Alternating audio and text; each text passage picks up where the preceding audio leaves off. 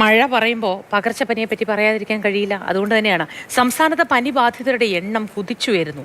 ഇന്നലെ 11,000-നും മുകളിൽ പേർക്ക് പനി സ്ഥിരീകരിച്ചു. മലപ്പുറത്താണ് കൂടുതൽ പേർക്ക് രോഗം സ്ഥിരീകരിച്ചത്. 92 പേർക്ക് കൂടി ഇന്നലെ സംസ്ഥാനത്ത് ഡെങ്കിപ്പനിയും സ്ഥിരീകരിച്ചിട്ടുണ്ട്. ഇന്ദുലേഖ രേണു ഇതിന്റെ വിവരങ്ങൾ നൽകും. ഇന്ദു, പകർച്ചപ്പനിയുമായി ബന്ധപ്പെട്ട വിവരങ്ങൾ നമ്മൾ എന്നും പ്രേക്ഷകരോട് പങ്കുവയ്ക്കാറുണ്ട്. പനി ബാധിതരുടെ എണ്ണം ക്രമാതീതമായി വർദ്ധിക്കുന്നതാണ് കാണുന്നത്. ഇതിലൊരു നിയന്ത്രണം കൊണ്ടുവരാൻ എന്തെങ്കിലും ആരോഗ്യ വകുപ്പിന്റെ ഭാഗത്തു നിന്ന് ശ്രമങ്ങൾ ഉണ്ടാവുന്നുണ്ടോ?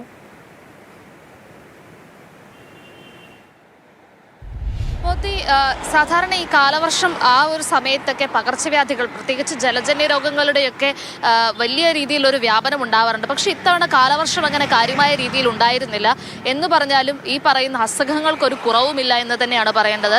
ഇന്നലെ ഒരു ഒറ്റ ദിവസം മാത്രം ആശുപത്രിയിലേക്ക് പനി ബാധിച്ച് ചികിത്സ തേടി എത്തിയവരുടെ എണ്ണം 10,000-ലും മുകളിലാണ്. 11,107 പേരാണ് ഇന്നലെ പനി ബാധിച്ച് ആശുപത്രികളിൽ ചികിത്സ തേടിയത്. ഇതിൽ 92 പേർക്ക് കൂടി സംസ്ഥാനത്ത് ഡെങ്കിപ്പനി സ്ഥിരീകരിച്ചിട്ടുണ്ട്. 285 പേർ ഡെങ്കിപ്പനി രോഗലക്ഷണങ്ങളുമായി, അവർക്ക് പനിയുണ്ടോ എന്ന സംശയത്തിൽ ചികിത്സയിൽ കഴിയുകയാണ്. 6 പേർക്ക് ചിക്കൻ ഗുനിയ സ്ഥിരീകരിച്ചിട്ടുണ്ട്. ഈ അടുത്തെങ്കിലും അങ്ങനെ ചിക്കൻ ഗുനിയെക്കുറിച്ച് വലിയ കേട്ടുകേഴ്വിയില്ലായിരുന്നു, ആർക്കും അങ്ങനെ വന്നതായി റിപ്പോർട്ടും ചെയ്തിട്ടില്ലായിരുന്നു. പക്ഷേ ചിക്കൻ ഗുനിയ കൂടി ഇപ്പോൾ രംഗത്ത് വരികയാണെന്ന് പറയാം. 6 പേർക്ക് ചിക്കൻ ഗുനിയ സ്ഥിരീകരിച്ചിട്ടുണ്ട്.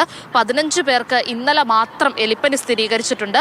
10 പേര് എലിപ്പനി ലക്ഷണങ്ങളുമായിട്ട് ചികിത്സയിലുണ്ട്. അതുപോലെ തന്നെ എലിപ്പനി ബാധിച്ചു 3 മരണവും സംഭവിച്ചിട്ടുണ്ട്. അപ്പോൾ എലിപ്പനി ഒരു വലിയ ഭീതിയായിട്ട് പൊതുജനങ്ങൾക്കിടയിൽ ഇങ്ങനെ പടർന്നു പിടിക്കുകയാണ്. പിന്നെ സംസ്ഥാനത്ത് ഒരാൾക്ക് കൂടി ഷിഗല്ല സ്ഥിരീകരിച്ചു. ഷിഗല്ലയും അതുപോലെ തന്നെ നിപ്പയും ഒക്കെയാണ് ഈ അടുത്തിടെ പൊതുജനങ്ങളെ ഏറ്റവും അധികം ആശങ്കപ്പെടുത്തിയ രോഗങ്ങൾ.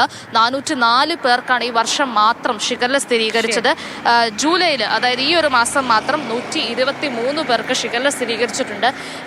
ആരോഗ്യവകുപ്പ് കാര്യമായ രീതിയിൽ തന്നെ മുന്നറിയിപ്പുകളൊക്കെ നൽകിയിട്ടും വല്ലാത്ത രീതിയിൽ അസുഖങ്ങൾ ഇങ്ങനെ പടർന്നു പിടിക്കുന്ന, നമുക്ക് അതായത് കൺട്രോൾ ചെയ്യാൻ പറ്റുന്നതിനും അപ്പുറത്തേക്ക് ഈ രോഗങ്ങളൊക്കെ പകർന്നു പിടിക്കുന്ന ഒരു സാഹചര്യമാണുള്ളത്.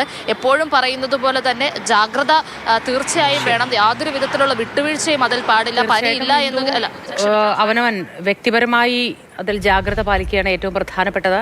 ഡ്രൈ ഡേ അടക്കമുള്ളവ വീട്ടിൽ സുരക്ഷിതമായി ഭക്ഷണം പാകം ചെയ്യണം. സുരക്ഷിതം എന്നത് അപകടങ്ങൾ ഒഴിവാക്കുക എന്നതല്ല, അത് വൃത്തിയോടെ പാകം ചെയ്യുന്നു എന്നത്.